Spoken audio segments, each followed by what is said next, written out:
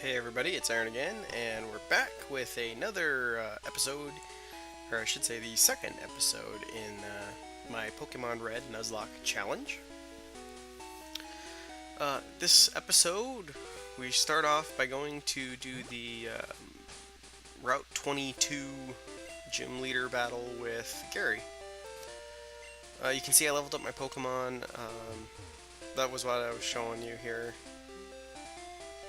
My Bulbasaur I leveled up to 13, not to try to, I think it was 13, it's not to try and over-level Brock.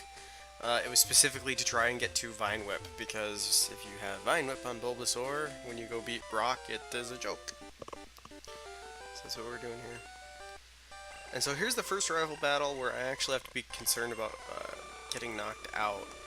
And to be honest, unlike a lot of the other rivals, at least to me, Gary or the rival from Red and Blue always seemed to be a hell of a lot harder than any other rival that we ran across in like any of the other generations. And I don't know if it was just because back then, you know, I was very new to what was going on, and so it seemed that much harder, or if he actually is harder.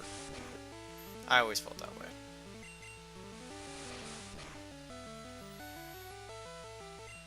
The joy of Pidgey and Sand Attack. So frickin' annoying.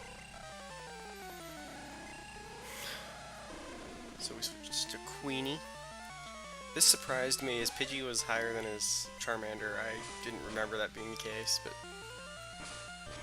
like I said, I haven't played the original Red and Blue in way longer than I should probably admit.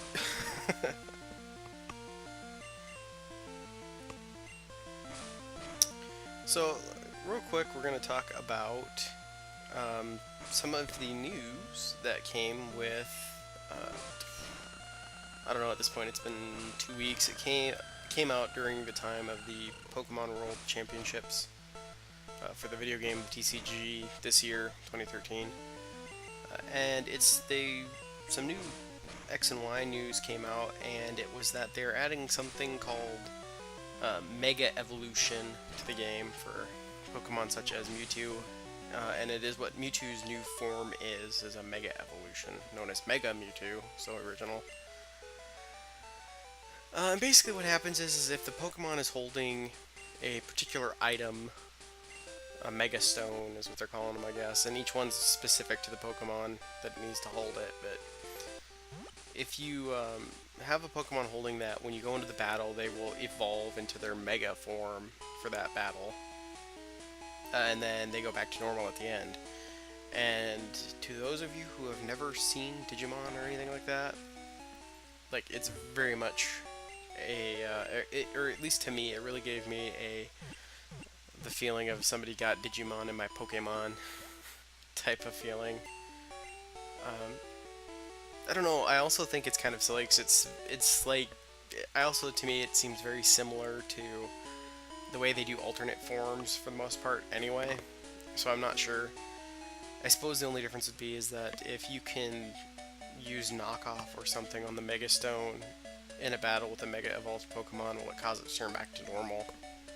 It's the only thing I can think of. So that was the big news. They look cool, like, hands down, all of the ones they've shown, like, they look badass. So, we've beaten Gary, and so now we head into Viridian Forest. And I don't know if I've shown my item pack lately, but I tried to be very careful about it. So here's the first Pokemon I have a chance to catch in Viridian Forest, and it's a Weedle, and I was really disappointed by this, because I was really hoping I'd get lucky and find a Caterpie.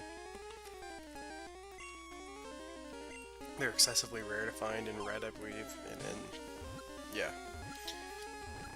In Red, they're hard to find.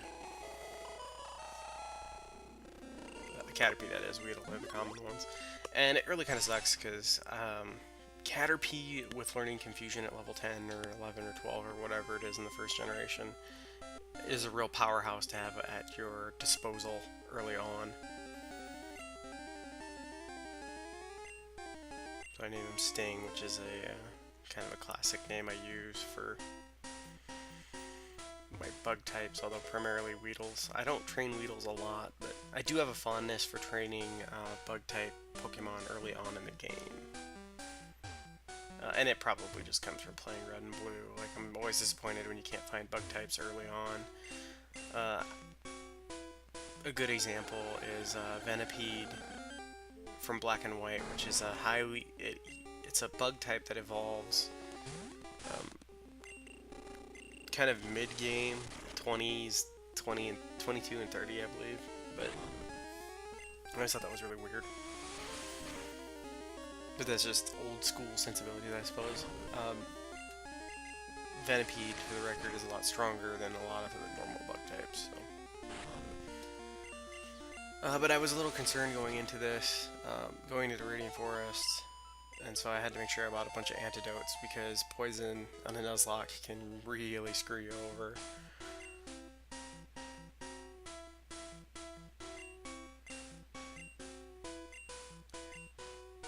And for the record, this is also where it sucks that you don't have, that Gust is not a flying type move.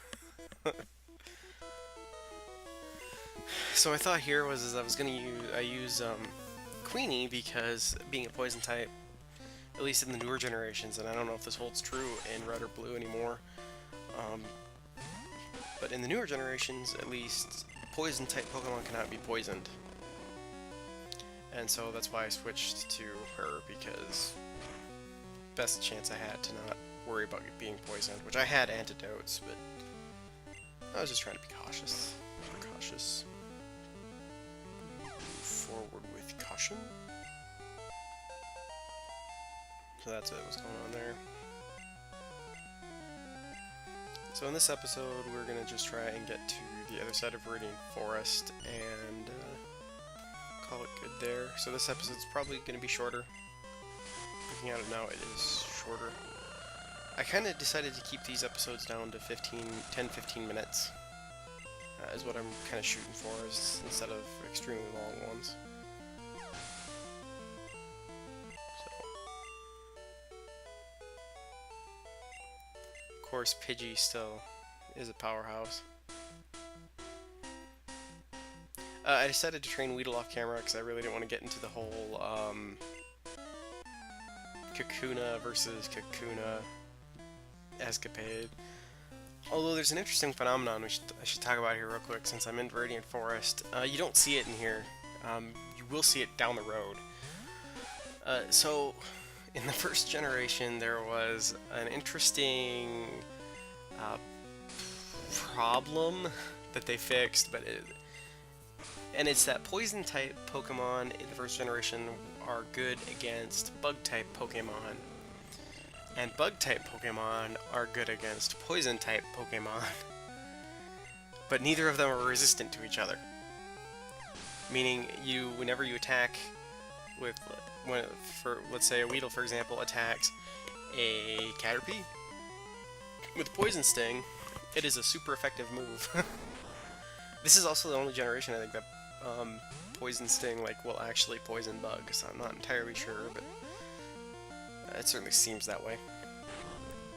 So that was one way you could actually train a Weedle in the first generation, was if you went and fought a Metapod, you just use Poison Sting enough until it is poisoned, and then you can basically string shot it until it finally dies. I took the strategy here of trying to have high damage output. And currently Rattata is the highest damage output I have.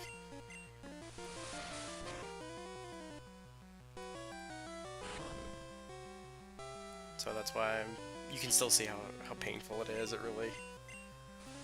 Flying type Pokemon weren't, the moves they gave them, a lot of them were not considered flying type moves. They were considered normal. And to be honest, I'm not entirely sure if things like Wing Attack were even considered flying type. I do know that Peck and Drill Peck were flying type moves. Which is why generally back in this generation I chose to use either Doduo and Rio or Spearow and Fearow, because they learned Drill Peck and Drill Peck. And who knows, maybe we'll, maybe down the line here I'll actually be able to get a Doduo. But Pidgeot's still badass. It's just the lack of having a flying type move can be really detrimental.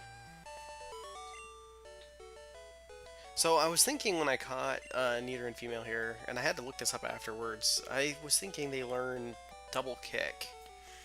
And I found out that, after looking again, they actually don't learn double kick early on at like level 11 until Pokemon Yellow. And that change was made, I can almost guarantee that change was made because in Pokemon Yellow you couldn't, you started with Pikachu. So, Brock's Pokemon are entirely immune to Pikachu. And so, like, that's why you can find Mankey so early. And that's why you can find Nidoran so early. And have him find him with double kick. And that isn't, finding Nidoran in that spot on Route 22, I don't think is something that they carried over into Fire Red and Leaf Green. I think you have to get all the way before Mount Moon before you can catch a Nidoran.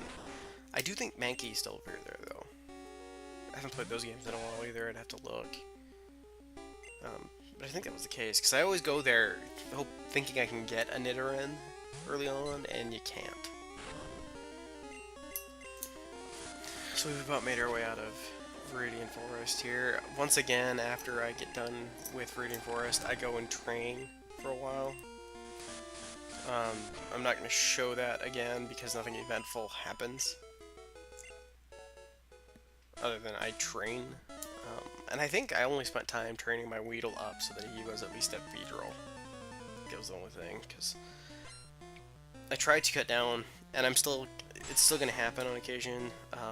I know when I get to before Misty, I have to grind again, because Misty is so damn OP in this generation. Even with a Bulbasaur.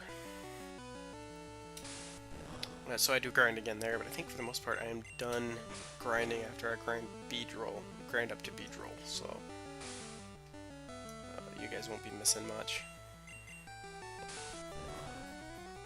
So, alright, so we continue our quest through Viridian Forest. I continue conquering bug catchers. I was kind of surprised. I was thinking that this last bug catcher here had like a Butterfree or something, but he doesn't. And there's the Caterpie I was hoping I would find first. But alas, it was not meant to be. Instead, I was given a Weedle. The most Weedly Weedle ever.